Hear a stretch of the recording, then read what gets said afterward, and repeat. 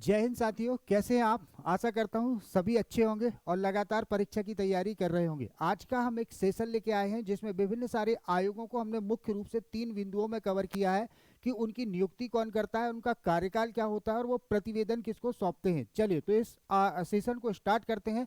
उससे पहले यदि आप चैनल में नए हैं तो सब्सक्राइब कीजिएगा और सेशन को ज़्यादा से ज़्यादा लाइक और शेयर करिएगा।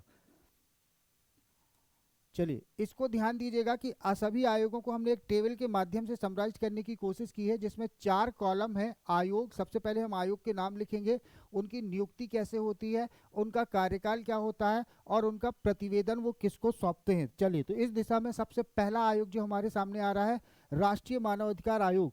तो राष्ट्रीय मानवाधिकार आयोग के अध्यक्ष एवं सदस्यों की नियुक्ति आप सब जानते हैं कि राष्ट्रपति करता है, लेकिन इससे प्रश्न बनेगा उनकी चयन समिति से। तो ध्यान दीजिएगा, राष्ट्रपति द्वारा इनकी नियुक्ति होती है लेकिन एक चयन समिति की सिफारिश पर जो प्रधानमंत्री की अध्यक्षता में बनती है। और इसमें होता कौन कौन है तो ध्यान दीजिएगा, प्रधानमंत्री इसमें अध्यक्ष होंगे, लोकसभा का अध्यक्ष होगा, लोकसभा में विपक्ष का नेता होगा, फिर केंद्रीय गृह मंत्री होगा, फिर राज्यसभा का उपसभापति, ध्यान देना है, राज्यसभा का उपसभापति होगा और राज्यसभा में विपक्ष का नेता होगा। ये सभी लोग मिलकर एक चयन समिति बनाएंगे जिसका अध्यक्ष कौन होगा, प्रधानमंत्री।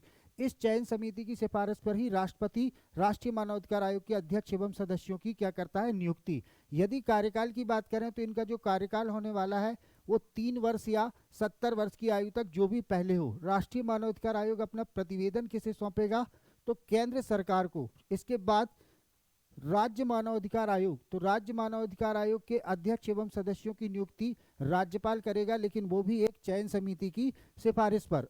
और इस चयन समिति में कौन होंगे, मुख्यमंत्री अध्यक्ष होंगे, विधानसभा अध्यक्ष होंगे, विधानसभा में विपक्ष का नेता होगा और राज्य का गृह मंत्री होगा। साथ ही साथ जिन राज्यों में विधान परिषद है तो वहां विधान परिषद का सभापति और विधान परिषद में विपक्ष का नेता होगा। ठीक है, यह विधान परिषद समझिएगा, विधान परिषद विपक्ष का नेता। कार्यकाल की बात करें तो इनका कार्यकाल भी 3 वर्ष या 70 वर्ष की आयु तक होगा और ये अपनी रिपोर्ट किसको देंगे, तो राज्य सरकार को देंगे। क्वेश्चन सीधा सीधा आपसे कैसा पूछा जाएगा कि राज्य मानवाधिकार आयोग अपना प्रतिवेदन किसे सौंपता है, तो आंसर क्या हो जाएगा, राज्य सरकार। चलिए अगला देखते हैं।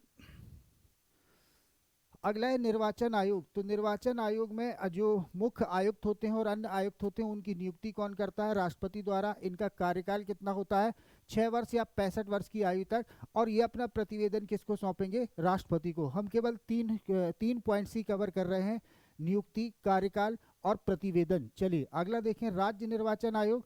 तो इनकी जो नियुक्ति है वो कौन करेगा, राज्यपाल। इनका जो कार्यकाल है वो 6 वर्ष या 62 साल की आयु तक होगा और ये अपना प्रतिवेदन किसको देंगे, राज्यपाल को। फिर आगे देखते हैं संघ लोक सेवा आयोग। तो संघ लोक सेवा आयोग के अध्यक्ष और सदस्यों की नियुक्ति कौन करेगा, राष्ट्रपति करेगा। इनका जो कार्यकाल होगा वो 6 वर्ष या 65 साल की आयु तक होगा। साथ ही साथ ये अपना प्रतिवेदन किसको देंगे, राष्ट्रपति को देंगे। चलिए फिर नेक्स्ट देखते हैं राज्य लोक सेवा आयोग।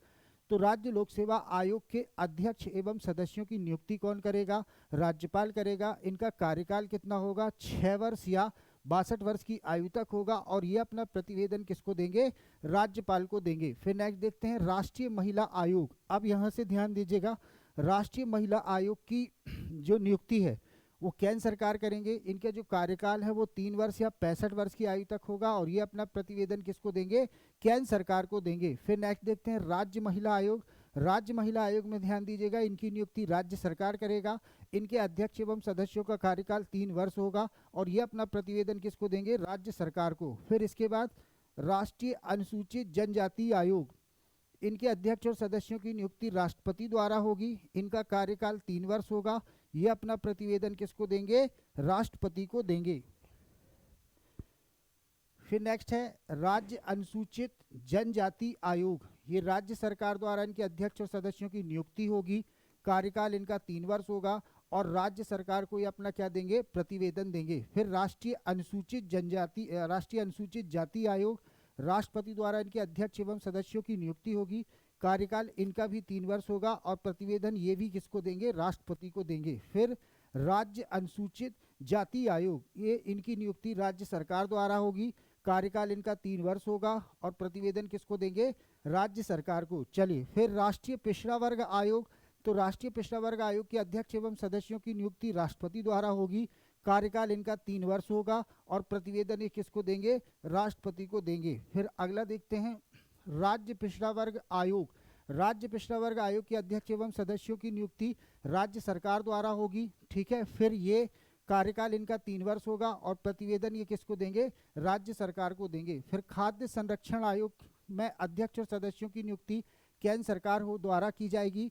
इनका जो कार्यकाल होगा वो 5 वर्ष या 65 वर्ष होगा और ये अपना प्रतिवेदन किसको देंगे? केंद्र सरकार को देंगे। फिर राज्य संरक्षण आयोग, इनके अध्यक्ष एवं सदस्यों की नियुक्ति राज्य सरकार द्वारा होगी। कार्यकाल इनका भी 5 वर्ष या 65 वर्ष होगा और प्रतिवेदन ये किसको देंगे? राज्य सरकार को देंगे। फिर सूचना आयोग, तो सूचना आयोग के सूचना आयोग में जो मुख्य सूचना आयुक्त होते हैं और अन्य सूचना आयुक्त होते हैं उनकी नियुक्ति कौन करेगा? राष्ट्रपति, लेकिन एक चयन समिति की सिफारिश पर। ध्यान दीजिएगा, यह चयन समिति 3 सदस्यीय होगी जिसमें प्रधानमंत्री अध्यक्ष होंगे, लोकसभा विपक्ष का नेता होगा और एक प्रधानमंत्री द्वारा नामित कैबिनेट मंत्री होगा। कार्यकाल की बात करें तो इनका कार्यकाल 3 वर्ष या 65 साल की आयु तक होगा और ये अपनी जो रिपोर्ट है किसको देंगे? केंद्र सरकार को देंगे।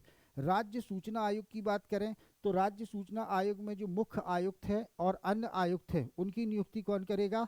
राज्यपाल करेगा, लेकिन ये भी एक 3 सदस्यीय समिति की सिफारिश पर, जिसमें मुख्यमंत्री अध्यक्ष होंगे, विधानसभा विपक्ष का नेता होगा और मुख्यमंत्री द्वारा नामित एक कैबिनेट मंत्री होगा। कार्यकाल की बात करें तो इनका भी 3 वर्ष या 65 वर्ष की आयु तक, और यदि रिपोर्ट की बात करें तो ये अपनी रिपोर्ट किसको देंगे? ये अपनी रिपोर्ट देंगे राज्य सरकार को। राज्य सरकार को। आगे देखते हैं केंद्रीय सतर्कता आयोग। तो केंद्रीय सतर्कता आयोग में जो मुख्य आयुक्त होते हैं और अन्य आयुक्त, उनकी नियुक्ति कौन करेगा? राष्ट्रपति करेगा और ये भी 3 सदस्यीय समिति की सिफारिश पर, जिसमें प्रधानमंत्री अध्यक्ष होंगे, लोकसभा में विपक्ष के नेता जो हैं वो इसके सदस्य होंगे और गृह मंत्री जो हैं वो इसके सदस्य होंगे। 3 सदस्यीय मंत्री।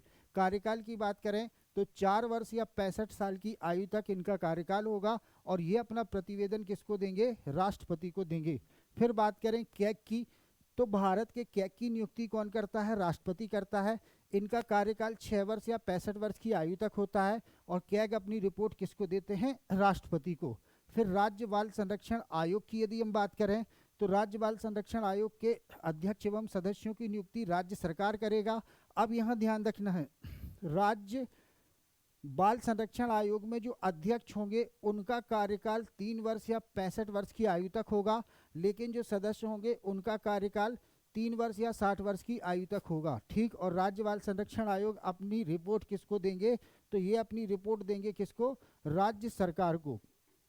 चलिए, तो इस छोटे से सेशन को आप बार बार देखिएगा ताकि एग्जाम में कोई कंफ्यूजन ना हो। अब मैं राम गोस्वामी आपसे विदा लेता हूँ। नेक्स्ट सेशन में फिर बहुत जल्द आपके सामने आऊँगा।